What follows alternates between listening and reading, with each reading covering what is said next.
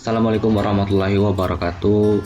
Perkenalkan, saya Debi Putra Almezon, NIM 2018 133008, rekam medis 5A.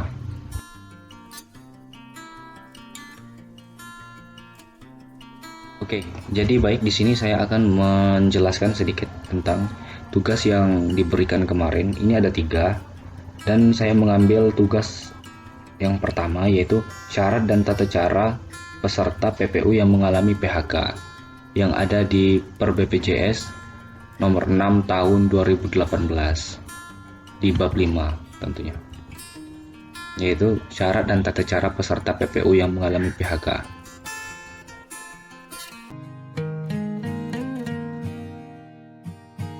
Nah, jadi di sini di bab 5 ini terdapat 4 bagian. Yang pertama itu adalah bagian pertama umum di pasal 43, yaitu di pasal 43 ini terdiri dari 5 ayat. Yang pertama, peserta PPU yang mengalami PHK tetap memperoleh hak manfaat jaminan kesehatan paling lama 6 bulan sejak PHK tanpa membayar iuran. Nah, jadi di sini dia akan tetap mendapat jaminan kesehatan tanpa membayar iuran sejak di PHK. Terus yang kedua, pemberian manfaat jaminan kesehatan sebagaimana dimaksud pada ayat pertama menyangkut pemberian manfaat jaminan kesehatan bagi anggota keluarga peserta PPU yang telah didaftarkan oleh pemberi pekerja. Nah, jadi pemberian manfaat jaminan kesehatan itu masih tetap diberlakukan oleh masih dapat menerima jaminan kesehatan yang telah didaftarkan oleh pemberi pekerja tersebut. Nah, yang ketiga, peserta sebagaimana dimaksud pada ayat pertama tadi yang telah bekerja kembali wajib memperpanjang status kepesertaannya dengan membayar iuran. Oke, setelah habis 6 bulan tadi, dia langsung diberlakukan kepesertaannya dan memperpanjang dengan membayar iuran tersebut. Yang keempat, di sini ada dalam hal peserta sebagaimana dimaksud pada ayat pertama dan kedua tidak bekerja kembali dan tidak mampu berhak menjadi peserta PBI. Terus yang kelima, tata cara pendaftaran menjadi peserta PBI sebagaimana dimaksud pada ayat keempat dilaksanakan sesuai dengan ketentuan peraturan perundang-undangan.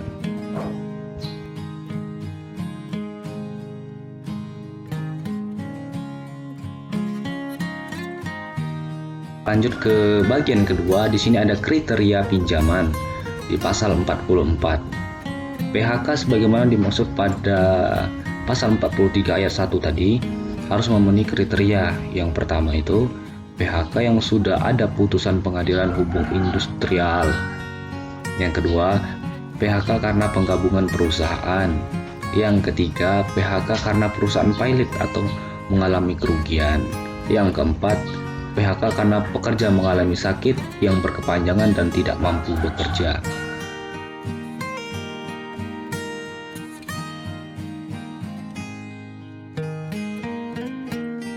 Kita lanjut ke bagian yang ketiga, yaitu tata cara pelaporan. Nah, di sini tata cara pelaporan di pasal 45 ini ada berapa? 6 ya. Yang pertama itu, tapi nanti saya tidak akan menjelaskan satu persatu ya, karena di sini banyak pasal 45 sampai 51 kalau nggak salah. Di pasal 45 ini yang pertama, pelaporan terhadap peserta PPU yang mengalami PHK dilakukan oleh pemberi pekerja. Nah, jadi yang di PHK itu yang melaporkan harus yang pemberi pekerja atau bosnya gitu. Yang kedua, pelaporan sebagaimana pada ayat pertama dilakukan melalui kantor cabang BPJS Kesehatan tempat pemberi kerja terdaftar. Nah, jadi tempat melaporkannya ini yaitu di mana dia tempat mendaftar kemarin pekerjanya. Terus yang ketiga, pelaporan sebagaimana dimaksud pada ayat pertama dilakukan dengan membawa, ini syarat ya. Yang pertama, dokumen pembuktian PHK, dokumen data peserta PHK, dan dokumen lain sesuai dengan kriteria PHK. Terus yang keempat, Yang keempat, pelaporan sebagaimana dimaksud pada ayat pertama dilakukan paling lambat tanggal 20 setiap bulan perjalanan. Terus yang kelima, dalam hal tanggal 20 sebagaimana dimaksud pada ayat kelima jatuh pada hari libur, maka pelaporan dilakukan pada hari kerja berikutnya.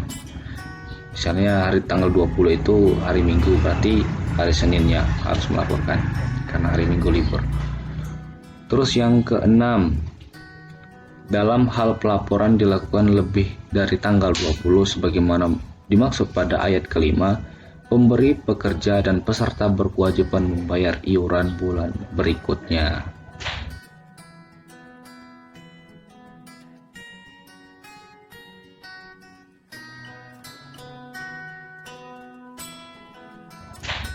Terus di sini ada juga pasal 46, dia sampai berapa ayat ini? Banyak ya, 3 ayat.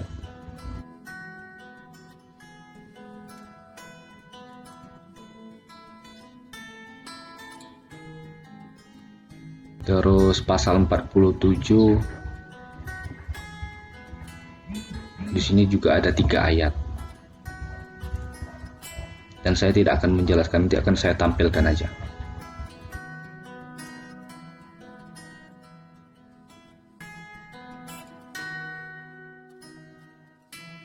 Nah, sekarang kita masuk ke bagian terakhir, yaitu yang keempat. Di sini ada kewajiban peserta PHK di pasal 48. Yang pertama, peserta PHK wajib melaporkan pengaktifan kembali status kepesertaannya sebagai peserta PHK melalui kantor BPJS Kesehatan dengan membawa syarat menunjukkan kartu tanda penduduk atau KTP, menunjukkan kartu keluarga, dan yang ketiga, menyampaikan surat pernyataan bermaterai dengan menyatakan peserta belum bekerja. Jadi di sini artinya peserta PHK itu wajib melaporkan atau menaktifkan kembali di kantor BPJS. Terus yang kedua, pelaporan sebagaimana dimaksud pada ayat pertama tadi dilakukan setiap bulan sampai dengan peserta kembali bekerja paling lama 6 bulan sejak terjadinya PHK. Artinya di sini pekerja PHK setiap bulannya harus melaporkan lagi ke kantor BPJS-nya selama 6 bulan, artinya setiap bulannya itu ya. Terus yang ketiga, BPJS Kesehatan melakukan proses aktivasi sejak peserta melaporkan sampai dengan akhir bulan berjalan. Nah, jadi itu petugas BPJS-nya melakukan pengaktifan terus atau update terus setiap bulan selama 6 bulan itu. Terus yang keempat di sini, dalam hal peserta PHK tidak melakukan pelaporan sebagaimana dimaksud pada ayat pertama, status kepesertaan jaminan kesehatan berjalan akan diberhentikan.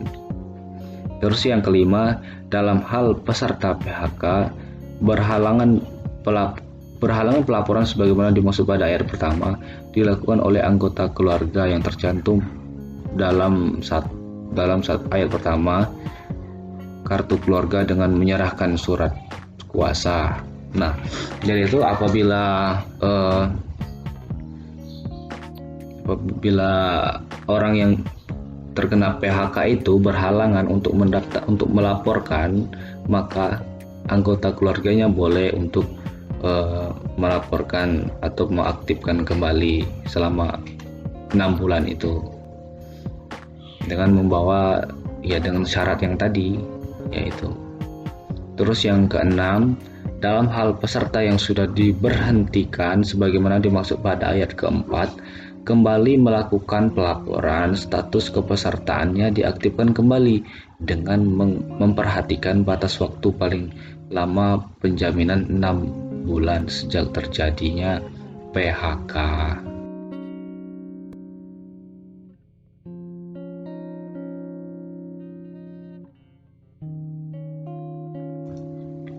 Terus di sini juga ada pasal 49. dalam hal terbuktinya adanya penyalahgunaan atas pernyataan belum bekerja. Terus di sini terbagi menjadi dua bagian juga. BPJS Kesehatan melakukan pemeriksaan kepatuhan sesuai dengan peraturan perundang-undangan yang berlaku. BPJS Kesehatan melaporkan kepada lembaga dan instalasi yang menjalankan fungsi pengawas ketenaga kerjaan setempat.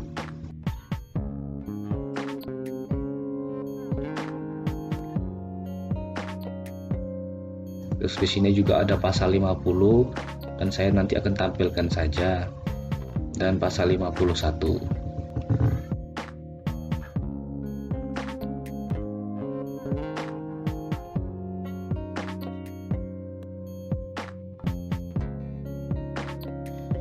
Nah, itulah tadi presentasi dari saya sedikit. Apabila ada yang kurang jelas, kurang paham, saya mohon maaf. Dan kepada Allah saya mohon ampun. Kelebihan kurang saya mohon maaf. Assalamualaikum warahmatullahi wabarakatuh.